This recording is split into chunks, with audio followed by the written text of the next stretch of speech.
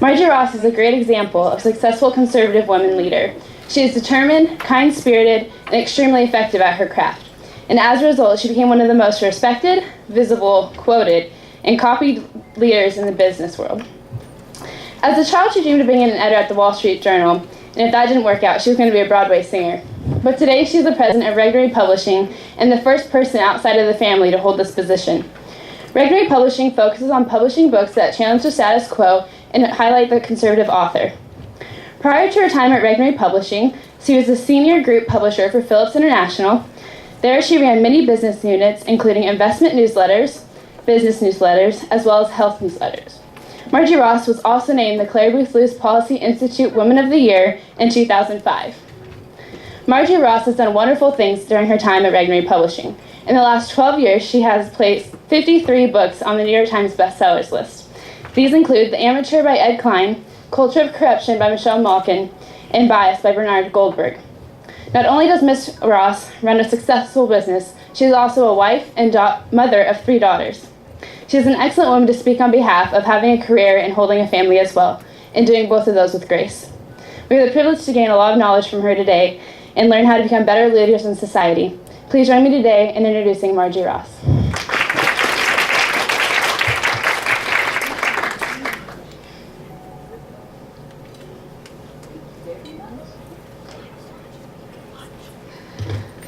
Good afternoon. Nice to see you. Thanks, Kira. I appreciate that. Well, I am delighted to be here. This is always a really fun conference. I hope you guys are having a good time. It's very, very valuable, and it's a good investment of your time to be here. So I commend you all for investing your day here. I think you'll get a lot out of it, and I hope you do. As Kira said, I'm Marji Ross. I am president and publisher of Regnery Publishing. I am mother of Sarah, Trina, and Becky Ross, and wife of Chuck Amante. Now, usually I just get up in front of a crowd and say, hi, I'm president and publisher of Regnery, because that's usually the platform that I'm speaking from. I usually talk about business or book publishing or communications or career advice, secrets of best-selling authors and creating bestsellers, sharing stories about the authors I've worked with, which I might do a little bit of today. But today I introduce myself by listing all of my jobs, because I actually have 3 full-time jobs: book publisher, mother, wife. And I don't think of them as my full-time job and then what I do at home. I actually think of them as 3 full-time jobs. None of them is a part-time job. Because on some level, I feel like I'm doing all of them all the time. And so my challenge today is to explain to you how I do that, and how I got to be where I am today, and hopefully to share some advice with you on how you can successfully do the same. Combining career and family in whatever way you choose in your own life. So I'm going to start at the beginning, tell you the beginning of my adult life, at least. When I graduated from college, I graduated from Dartmouth College in 1981, and set off to find a job. So I knew I liked writing and editing. I knew I liked publishing and communications. So I found a job as a writer for a small publicity firm in Washington, D.C. And that job was a terrific job for me, not because I wanted to work for a real estate public relations firm for the rest of my life, but because I found a job where at least I knew that there was something there I could do that I might be good at and also might learn a lot by doing. So I was young and single and very determined, and I basically in that first job, I just decided to work harder than anyone else in the company. I set myself to do everything and anything I could to be valuable. I threw myself into the job. I committed to learning everything I could and to get better at my job every day, which at the beginning was not very tough because I wasn't very good at it in the beginning. But that's to be expected, and you should expect that. Even if you are, and I'm sure most of you are, very good in school, very successful, and very smart. The transition to work can sometimes be shocking when you find that you actually don't know how to do a job. And I think that shouldn't deter you at all if you approach a job as a great learning opportunity and as a way to find the little places in each job where you can be valuable. And eventually those little places become bigger and bigger places, and you become more and more valuable at what you do. My goal was to be the most productive person I could be. So to write more, to just produce more work. At first, just the volume of work was what I was trying to get across, that I could just carry a lot on my shoulders and do a lot of work, and that my boss could at least count on me to produce a lot of work and to not stop until the job was done. And so I got better just by practice, because I did it so often. And I got noticed for working hard. And I think that's another important thing when you're at the beginning of a career. You do get credit, not just for what you produce, but for effort. As you go further along in your career, effort matters less, I think, than results. But in the beginning, I think you will be appreciated by demonstrating effort and commitment. And always looking at what you're doing as a way to learn how to be a little bit better at whatever job you're doing. So I learned how to write a good press release, how to organize a good press event, how to get the media interested in a story. I learned a lot about commercial real estate in Washington, D.C. But I also learned two very important things from my first boss. The owner of this small PR agency. She was a typical entrepreneur. She'd started the business as a solo operation. She'd grown it over 15 years or so to have 8 full-time employees and some very large corporate clients. The first thing I learned from her was the importance of service. So I'll just tell you a story. Early on in my job there, I remember seeing her name was Suzanne, at one of the open house events for one of our big corporate clients. And this was the grand opening of his new hotel. And we had a big crowd. We had caterers and photographers and journalists, and all these folks were bustling around our client, who was the CEO of this big commercial development firm. And Suzanne gracefully took his arm, steered him through the crowd to the key reporter that he needed to talk to. And then she seamlessly took his coat and his drink, just handling that for him so he could carry on his interview.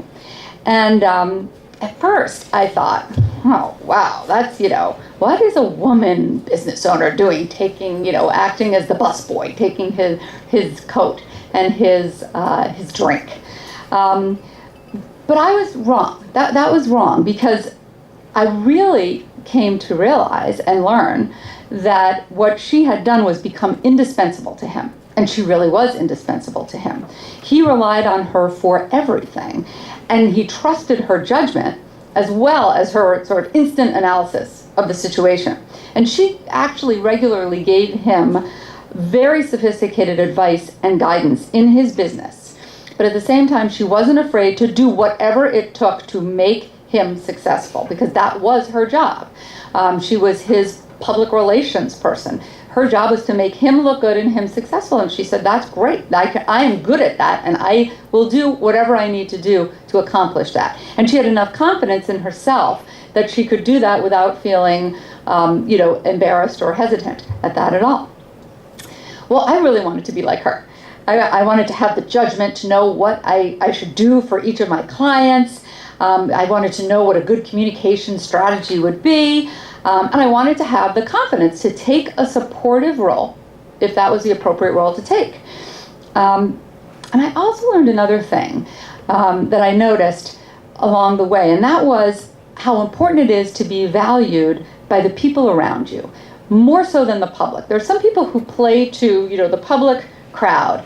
But in my career, I have been very successful by focusing on being useful and valuable and appreciated and respected by my coworkers, by my colleagues, by the people I work with every day. And the funny thing is, I realize that when you're valued by the people you work with every day, you're often admired by the people in public. but you don't do it for that reason. I also learned another thing about Suzanne, and that was that there was actually something missing from her life. She was a single woman, and she had no children. So when she went home to her beautiful townhouse on MacArthur Boulevard in Georgetown, she went home alone. She went home to an empty house with her little dog, little schnauzer. But she had friends, she had a lot of friends, but she didn't have a life partner. She didn't have someone to really share all of her joys and her sorrows and her triumphs and the little things that happen during the day in your business and the big things that are really important. And over my career, I've gotten to know a lot of successful women, but the happy ones are the ones who are married. So I left this small public relations firm, and I became the junior editor at the Washington Business Journal. Now this was a great step for me, and I'm hoping it's instructive also, because I loved business journalism and I loved business and investing. So now I could combine a love of a subject matter with a skill of writing and editing and communications and put them together in my next job. And I think one of the best models for building your career is to try to sort of piece those things together. Start in a job where one piece of it is something that you like or something that you're good at or something that you want to become good at. I know that do what you love sounds like a cliche, and it also sometimes sounds like one of those pieces of advice that's impossible to do. You say, oh, well, sure, I'd love to do what I love, but, I need a job. And in this economy in particular, it's really hard to think about, just pursue what you love. But I suggest you think about that a little bit differently. So I don't mean that you can have your dream job immediately. You can't, graduate from college and go off and become a screenwriter or a movie star or a business owner tomorrow. But jobs are made up of tasks and challenges and opportunities. And I think if of course you have to do the tasks, but within the challenges and opportunities, you can find a chance to do what you love. So if you love, for instance, if you love to write and edit, like I did, maybe you love to work with people. Maybe you love to work with numbers. Maybe you love to solve problems and puzzles or organize and plan things. You love to be creative and design. In every single job, from a waitress to a restaurant owner, from an administrative assistant to a chief executive officer, you can find things to pursue and find a way to pursue the things that you love to do. So my next job was as the editor of a newsletter for the American Institute of Architects. Now that was a great job for me. It was a lot of fun because I discovered the world of newsletters, which I didn't even really know existed. And I didn't know what a big business and a big industry it was, and it turned out that was a really important part of my career. But the other thing I realized was you often don't know what your dream job is until you end up in it. I didn't even know that some of these jobs existed, a newsletter editor for an association or the whole industry of newsletter publishing. But I kept pursuing. I think this is the advice I would share with you out of this. Sort of the best way to find your dream job is to keep pursuing the things in the job that you love, and remember to be the hardest working person in the building. If you do that, I think you can eventually find that dream job. Now, all this time, by the way, I was single. So I was in my late-ish 20s. I was about 25 when I was at the American Institute of Architects, and I had a lot of friends and family supporting me, but I wasn't married. And I had boyfriends along the way and more than one serious relationship, but I hadn't found the man that I wanted to marry. So that changed at my next job when I went to work for Tom Phillips at Phillips Publishing. And once again, I got the chance to combine several things that I really loved in one job. So I love editing, financial and investment journalism, and newsletters. So now I found a job doing all of those things. And as it happened, one of the people who interviewed me for the job before I got that job wound up being my husband, my first husband. But we'll get to that later. And now I didn't go into this job looking for a husband. And I didn't know when I was interviewing with Marji Ross that he would become my husband, that we would ultimately fall in love and get married. But I knew that I loved what I was doing, and I was getting closer to my dream job. But I also knew that I wanted to have children someday, and that I wanted to have a family.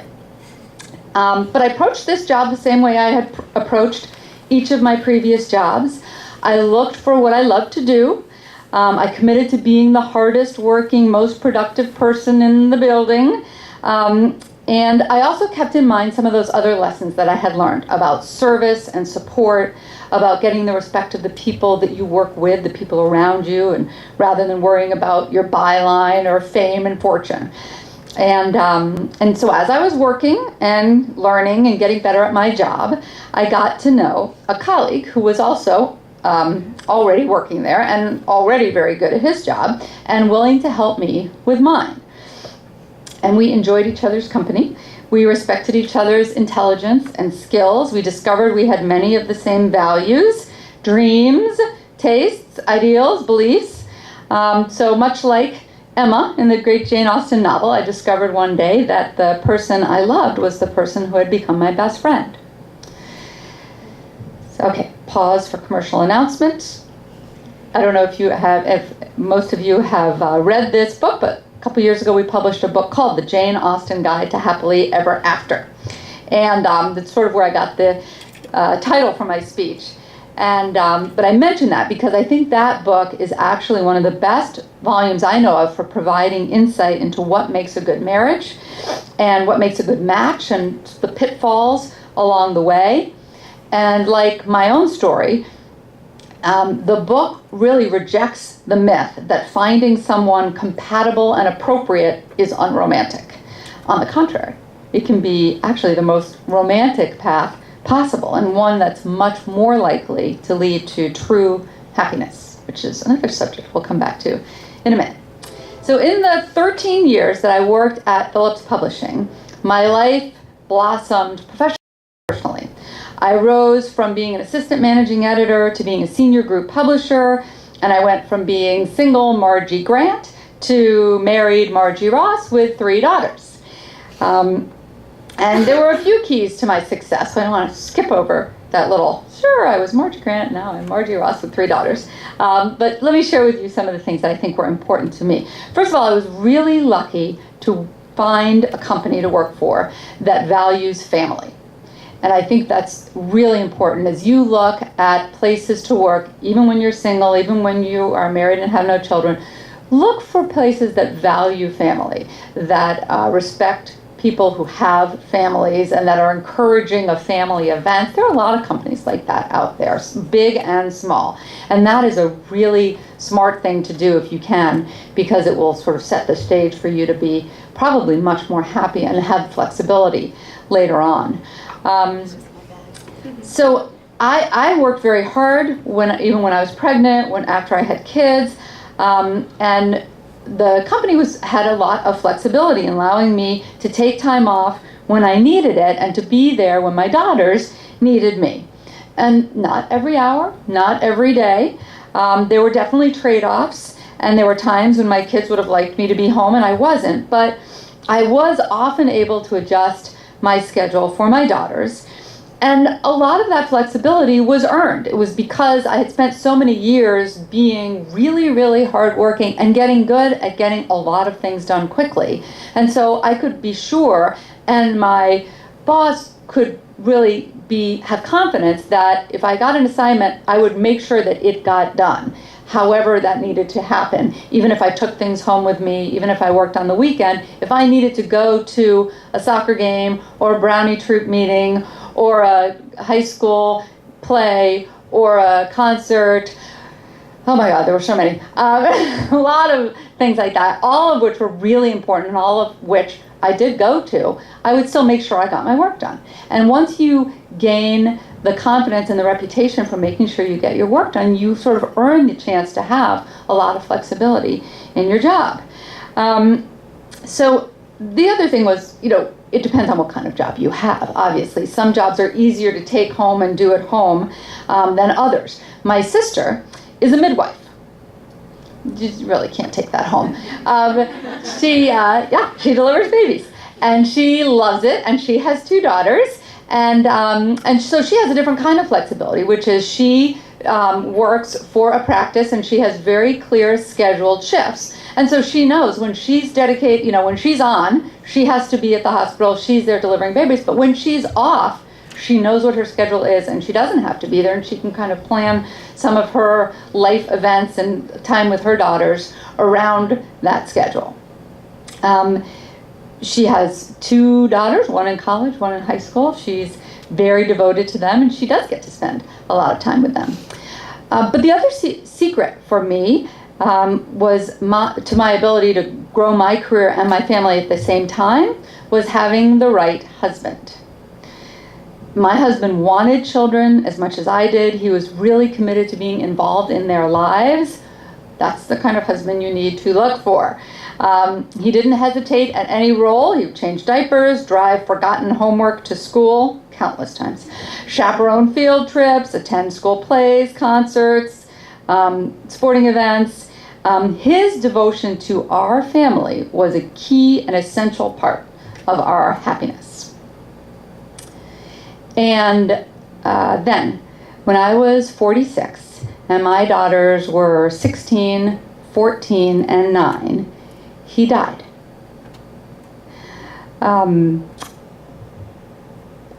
It was very surprising, out of the blue. I felt many things: shock, grief, sadness. I felt like my planet had been thrown out of orbit, that whatever had kept my world connected and orderly was gone. And my daughters saved me. They wrapped their love around me, and together we faced a new life together. And I could not have made it without their support and our coming together as a family. And so I learned several more important things. I learned the amazing kindness and selflessness of other people. I had hoped that was true, but I never really experienced it until I needed it.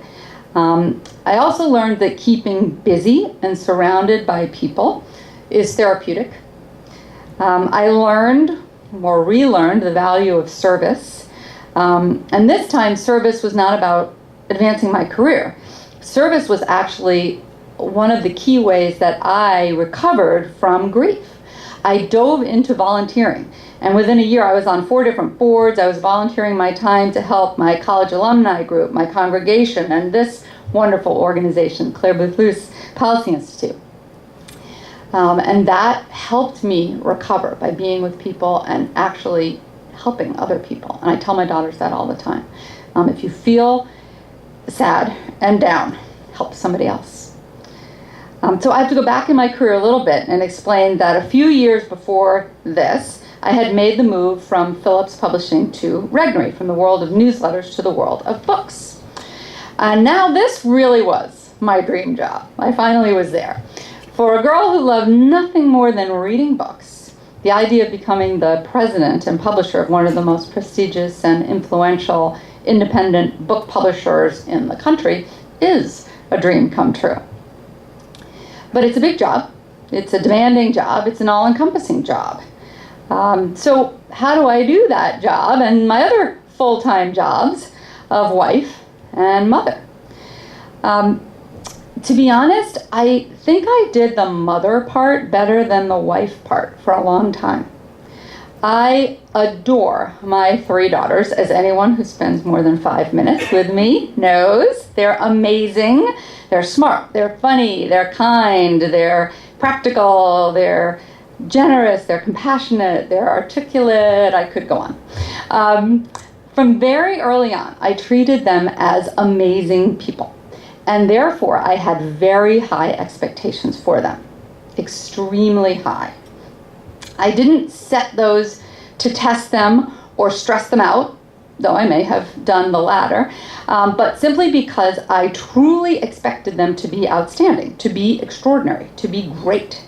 And I realize that sounds like a lot of pressure, but I've talked to my daughters about this a lot, and we often joke about it, and I think they know, they tell me they do, that my high expectations for them were really an expression of my extremely high opinion of them.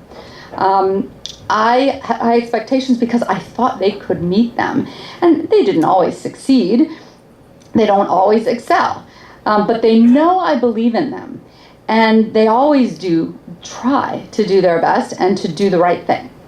I have great confidence in them, not to be perfect, but to do their best. There are two other things I have done as a mother that I think help explain our happiness. First, I've always tried to involve my daughters in my work. I talk about work, I explain what I do, I talk about authors, I share stories, I bring home book jackets, and if we're trying to choose between a different cover for a book, I'll bring home 3 or 4 examples and say, which one do you like, what do you think? We go into bookstores and search for Regnery books, and that's always fun, to find them down here and put one up at the top, and we're always rearranging the book display in the bookstores. And they talk about what I do with their friends, and I think they think it's a cool thing that their mom is a book publisher. And also it's kind of fun because it's an easy to understand job. They can explain, even when they were little, they could explain, well, my mom publishes books. That's pretty easy to explain. But I also ask their opinion, and I really, really do value their opinion and listen to their opinion. And I noticed that not only do they have fun in bookstores, which we always have fun in a bookstore, but they also started paying more attention to politics and current events and getting more engaged in what's going on in the world because of the things that we would talk about at home.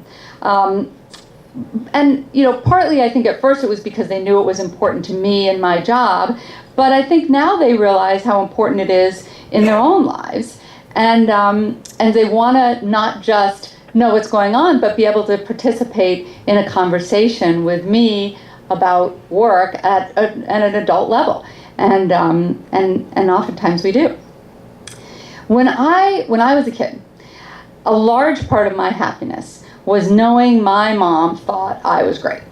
And I just knew it. I was certain that my mom thought I was great. And when I was pregnant with my first daughter, I remember thinking, what if I don't feel that way about my daughter, right? Is that an automatic thing? Or does that grow over time? Or would it happen sometimes? Or was it my mother? If I'm not sure, I thought to myself, they'll know. They'll be able to tell that I'm not sure. But I believe the grace of God takes care of that. As soon as I held each daughter in my arms, I was certain she was amazing.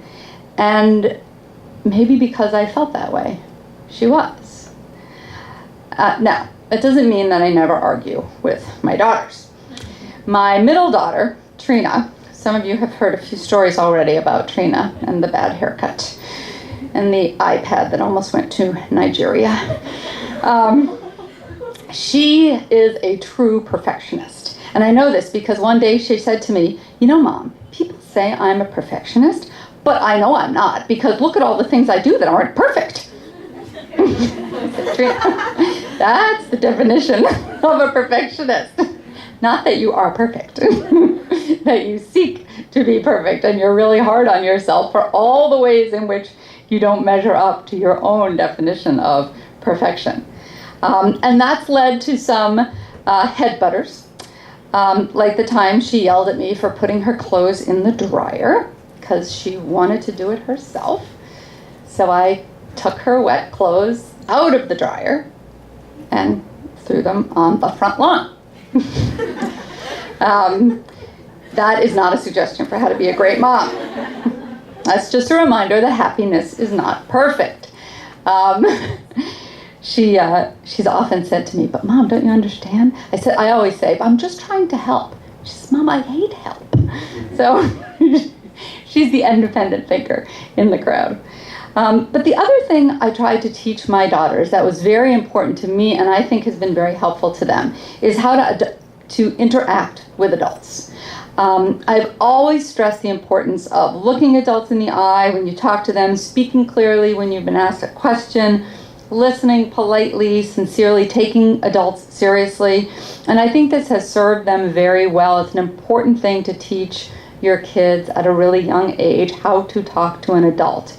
Not just to be quiet, although plenty of times that's the appropriate thing to do, but also how to, stick out your hand and say nice to meet you when you meet somebody for the first time. And a lot of times their friends have mentioned to me that they notice that my daughters have learned how to do that. So the real question is, how do I balance all these things? How do I balance my job, family? And I guess my answer is that I don't actually think of it as balancing. I think of it as blending. I don't treat these parts of my life as separate parts of my life. I think of it as sort of one big stew that all gets mixed together, and all the ingredients make that stew richer and heartier and more flavorful. And I try to not, when I go home, I don't say, well, I'm done with work, I'm not going to do any work, but I try to involve my family in work. And when I go to work, if one of my daughters calls me or something happens, I'm available to do something from there too. But I said a few minutes ago that I was more focused on being a good mother than a good wife. And to be honest, while I worried a great deal about being a good mother, I did not ask myself what it meant to be a good wife. And I find it kind of interesting in pop culture these days that it's sort of cool to be a mother. Like motherhood is in, Angelina Jolie and Jennifer Garner and Katie Holmes and Gwyneth Paltrow and Heidi Klum and Snooki. Everybody's a mom, and you open up People magazine and you see lots of celebrities with little kids. But if you notice, you see a lot more celebrities with kids than with husbands. And a lot of times those women are with their children and there is no husband around. It's sort of PC to be a mother, but it is unfashionable and maybe a little vaguely shameful to be a wife. When my first husband got sick, I found myself thinking a lot about what it meant to be a good wife. Not just the in sickness and in health part, but also the whole question of support and service. And I thought a lot about celebrating the amazingness of my spouse in the same way that I had celebrated that in my daughters, and of caring more about his happiness and comfort than my own. And that is definitely what you do as a parent.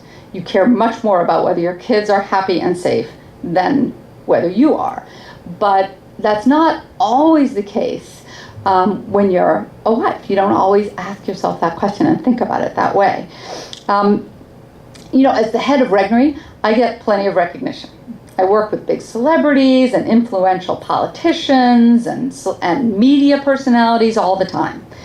But the person who has my back, who will cheer for me when I have a big bestseller and when I have a flop, is my husband. And when you find the right husband, you have to accept the responsibility to be a good wife and to cheer for him too. To ask yourself what makes him happy, what makes him feel important, what makes him feel proud of himself. Make sure he knows that you think he's amazing. So about 5 years ago, I began to think about dating again. I knew I didn't want to live my life alone, rest of my life single. And my first husband had given me many things, including the great gift of urging me near the end of his life to find somebody new when he was gone. And he made clear to me that he wanted me to do that. That is a rare thing. Actually, I talked to a lot of women who feel guilty after their husband dies about dating someone else, and they feel certain that their first husband, that they're cheating on their first husband somehow or betraying them.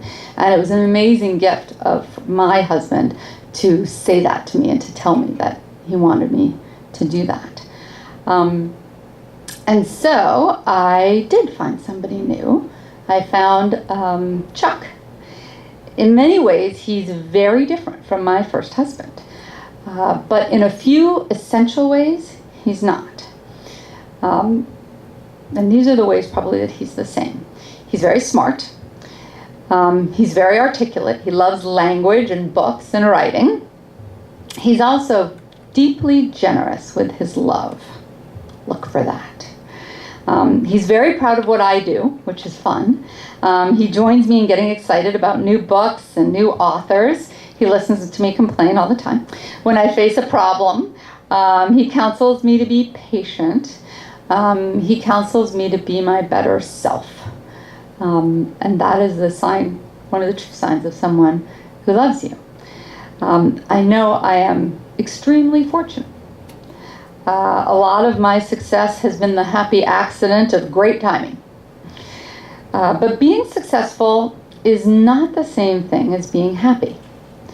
Too many women, and men for that matter, chase after success and leave happiness behind.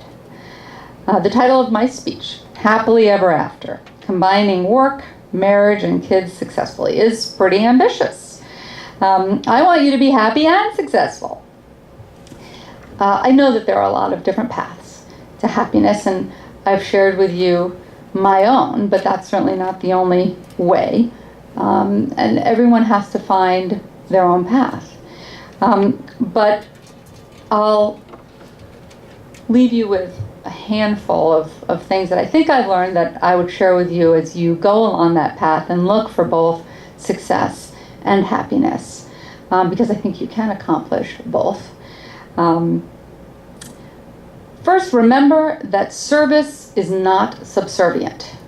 It is not a lowly path, and it is not a lesser value to serve. In fact, it's a very high value. And service does not deny you of accomplishment or success. Certainly doesn't deny you the opportunity to learn and experience and enjoy. But service not only is valuable because you become valuable to someone else, but because you end up having a wonderful confidence in yourself. So service is very important for many reasons, and it's easy in this town to mistake service for subordination, for subservience, and they're not the same thing. Be the hardest working person in the room. It's not really that complicated. Work hard, be productive. It actually matters, and it actually will quickly gain you not only the respect but the appreciation of the people around you. And it's one of the best ways to quickly become a valuable sort of go-to person in an organization. And before you know it, you won't have to be volunteering for jobs anymore. They will come to you because they know you're a person who gets things done. And that's the person you want to be. In fact, as you become the person who gets things done, you find that you have more and more opportunity to decide which things you'll do. Do what you love. Do what you love no matter what your job is. Meaning you can work in a wide variety of places. I'll tell you a story. My assistant has a daughter who is a concert violinist. She went to Juilliard. And in her second or third year at Juilliard, she developed really bad carpal tunnel disease and could not play the violin anymore. Right? Her whole life. She transferred to another school and got a business degree. And now she's the business manager of the, I think it's Milwaukee Symphony Orchestra. And so she works with the symphony orchestra. Even though she can't play the violin anymore, she is able to be around something that she loves.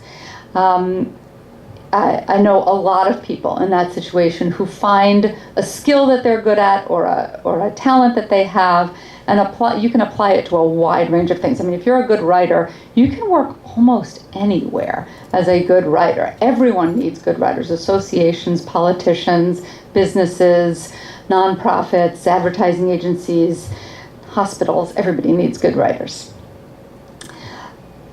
Number 4. choose a good husband and work hard at being a good wife. Ask yourself, what does it mean to be a good wife? What does it mean to help support my husband as much as I expect and hope he will support me emotionally, psychologically? It is, again, very easy to think that being a good wife is somehow unfashionable or old-fashioned or just sort of less ambitious than this town wants women to be. But it's not at all.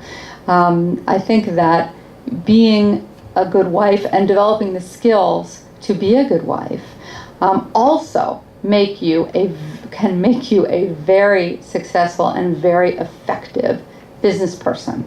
There are all kinds of things that come with being a good listener and understanding what the other person wants and trying to come up with solutions that make the other person feel like they got a great deal. They got what they wanted, and you did too.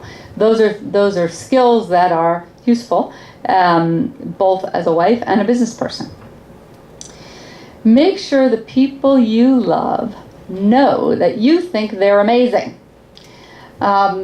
It's great to think they're amazing. It's important that they know it. And I always say in my office, nothing goes without saying. I don't believe in the saying, it goes without saying. Because I think it's important to say things, and it's important to make sure people know how you feel about them and how much you respect them and care about them. And a lot of times I have people working for me who are working really hard on a book, and the one thing they forget to do is tell the author all the things they're doing.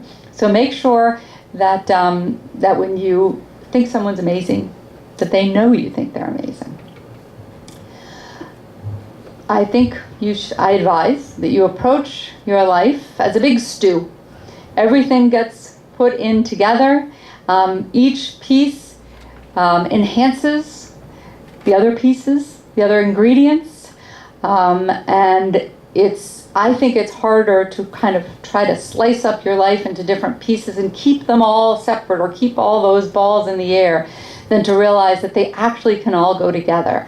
And it can be a lot of fun for everyone in your family to participate together. And frankly, it's a compliment to them that you care about them and want to involve them in the important things that you're doing.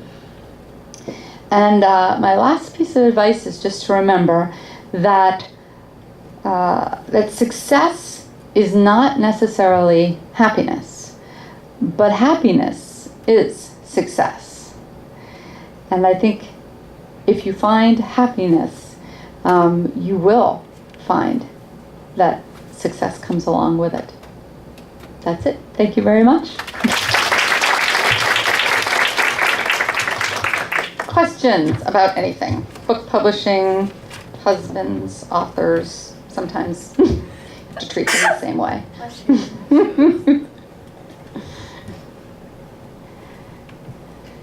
Thank you so much. That was a great speech. So I really like what you said about doing what you love. But my question as a rising senior and someone that's interested in so many different things, I don't know what I love yet. Right. So was there something specific, like a moment or something that made you realize that you were really doing what you loved? That's a great question, because a lot of times you love a bunch of things, a number of different things. And I think in a way you know it when you see it. But I think you also have the opportunity at the beginning of your career to try a few different things. I think that's all right. I think people expect you to do that. And I think you don't have to say, I know the day that I graduate from college what it is I want to do and what direction I want to go. I think one of the questions you can ask yourself is, when I have free time, what do I like to do? If I volunteered for something, forget about work. Set aside work and getting paid and all that. If you chose to volunteer for something, what would you imagine yourself doing? What kind of organization would you do? If you were volunteered for your church, what job would you raise your hand for? Would it be the newsletter? Would it be getting new members? Would it be raising money? Would it be putting together the website? Sometimes when you take work and money out of the equation, you're able to discover the things that you sort of naturally gravitate to do. And a lot of times, the things that you want to do, if you don't worry about money, you can do for money. So sometimes it's good to take that out of the equation and say, well, if I didn't have to, if I wasn't worried about getting paid, what would I gravitate to do? Or if it was my free time, what would I do? That's a good way to find it. Yes?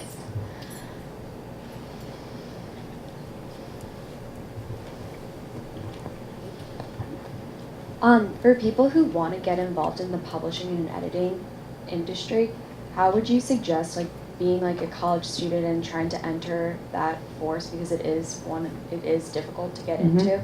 How would you suggest going about it? I think one of the best things to do is an internship. We have hired so many of our interns who start as interns and end up having full-time jobs. It's even surprising to me how many times we're able to do that. So I think that the key at first is to not worry about what kind of organization it is, whether it doesn't have to be a publishing company. It can be, there are hundreds of different trade associations in Washington, D.C. Every single one of them has a newsletter, a magazine, a website. And so I would say blanket them, or find, it's very easy to find a directory of all the trade associations. Just blanket them and say, I have these skills. I'm very interested in your organization. I'd be interested in, being an intern in your writing, communications, public relations department. Because a lot of places will take on an intern, even if they don't have an opening. And again, it is surprising to me how many times that then turns into a job, or you meet somebody that then can give you a job. So I think if you want to be in writing and editing, the most important thing is to get practice doing it. And it's not as important at first whether it's in sort of a topic that you want to go into for the rest of your career or not. I mean, I had a freelance job when I was in grad school for the American Chemical Society. I think that was the American Chemical Society, editing some manual. But I mean, I know nothing about chemistry. I was just proofreading and copy editing and making sure there weren't errors. But that was one more thing that sort of built my portfolio of experience in writing and editing. So, any other questions, book publishing or otherwise?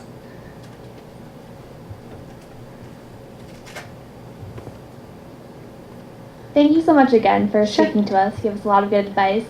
Specifically for me, I'm a corporate communications major, and I love to write. It's always been my passion. You gave us some good advice as far as getting involved, building your portfolio, but what really sets you apart as a writer? Is there a certain trait or key that you really notice in people? Right.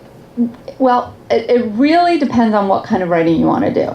If you want to do creative writing, then that's entirely different. By creative writing, I would even include commentaries and op-eds. But if you want to do that kind of writing, then it's very important to have a style and a voice and probably be funny and entertaining. But if you want to be a business writer, then you need to be, some of the most important things are to be clear and to be direct. I shared this thought with some of you at lunch, which was in our office, one of the things we always say is the first question we ask every single author is, who is this for and why do they care? And I actually think that's a question every single writer should ask before they write anything. Who is this for and why do they care? And if you're in corporate communications, you know who it's for. It may be for another business that you want to do business with. It may be for your customers. But you have to ask, who is this for and why do they care? Because I think in the end, all communication comes down to relating to people. And if you have in mind the person who's going to be reading it, hearing it, seeing it, you have a much better chance of not only knowing what you need to talk about, but what tone of voice and what style and what level of vocabulary you need to talk in. We had a publishing group at Phillips Publishing that was all for retirement age people. And I remember there was an advertising agency that was doing some marketing work for us, and one of their headlines was, and this was supposed to be for people who are 65 years old, and the headline was, wouldn't you rather be sipping a margarita on the beach? And I said to him, 65-year-old people don't actually drink margaritas. They drink martinis. I said, you got to change that to, wouldn't you rather be sipping a martini on the beach? And that is just an example of how one word can actually signal to your audience that you know who they are and what they do, or you don't know who they are and you're thinking about your own experience rather than theirs. So I think that's just a good principle to keep in mind. Who is it for and why do they care? And I think that goes across all different kinds of writing. Thank you. Sure. I have a request of my own. Yes. Could you recommend some great conservative books for us that you would? Sure, I have to be careful not to recommend only books published by Regnery Publishing, but I have a few categories of books that I like to recommend. Some of them are history books, some of them are business books, and then some of them are just sort of conservative classics. Because I think that you can learn a lot about great writing and the ideas of conservative values from all three of those places, from business, from conservative books, and from history books. I also think history should be fun, and I think most people who don't like history in college, me included, was because history textbooks are so dreadful. They're horrible, and history itself is actually really fun. So I encourage you to read narrative history. Don't forget about textbooks. There's one of the books that I read a few years ago that was really interesting was a book called Citizen Washington, about George Washington. And it was a really unique take on George Washington. It was a great way to learn about his life. And there are a number of other books like that. I love the William Manchester's books on Churchill, The Last Lion. Great book. You're never going to get from a textbook what you can get about Churchill and the lead up to the Second World War that you can get from a book like that.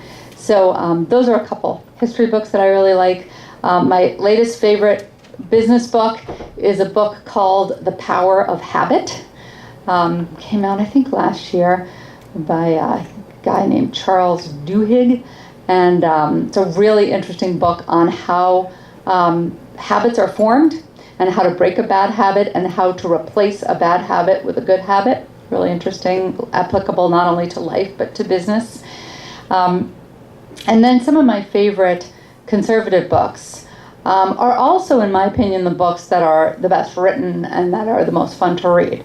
So one of them is a book that we published, and I mentioned this at lunch too. It was one of William F. Buckley's last books. It was called Miles Gone By, and it was his autobiography. It's a really beautifully written book, but it's also fascinating to learn what William F. Buckley's life was like, whether it was firing line or running for office or obviously founding National Review.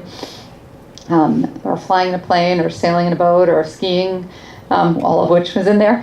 So that's a book that I would recommend you read. I would recommend you read Barry Goldwater's Conscience of a Conservative. Quick, short, easy, great book. I would recommend you read Atlas Shrugged, and then think about how it sounds like what's happening today. It's really scary.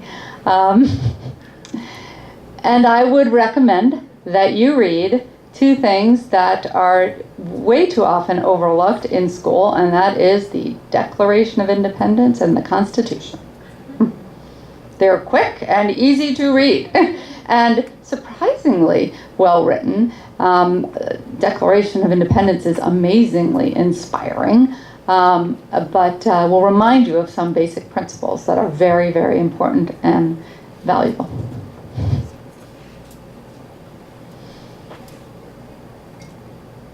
So you've recommended some books that you'd like us to read that would be great. I was wondering, what's your favorite book working in the publishing industry? I have a few favorite books. I recommend this book a lot because nobody's ever heard of it, so that's sort of fun. But one of my favorite books is a book by Mark Halperin called A Soldier of the Great War. And go figure, it's a book about an Italian soldier from World War I. I don't know why I fell in love with it, but it's one of the most beautifully written books I've ever read. Atlas Shrugged is actually another one of my favorite books. A couple classics that I like that I'm trying to get my daughters to read. I love East of Eden by John Steinbeck. I love A Tale of Two Cities, Charles Dickens. I love A Once and Future King, T.H. White.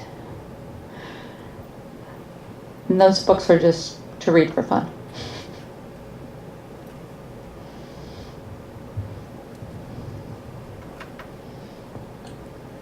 This isn't a book question, but is there a place you recommend we find good husbands? Oh, that is a good. When so many are against marrying and we live in such a hookup culture. Right. No, that's a great question. I think it's hard to go out and find a good husband. So a lot of it is serendipitous, unfortunately. But I think volunteering is one of the best ways to meet people that you like, that share your values, and that care about someone other than themselves. So, there are a lot of opportunities to volunteer, whether it's in a homeless shelter or through your church or through your local town or community.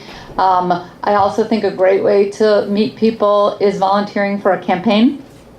If you volunteer to work for a campaign, you're going to meet somebody who probably agrees with your core political values, and again, is willing to roll up their sleeves and do some hard work to help somebody else. And sometimes working on the little local campaigns can be a lot of fun. It's another good way to figure out what you like to do. Volunteer for a campaign. And then, there are a million jobs in a campaign, and they need somebody to do all of them.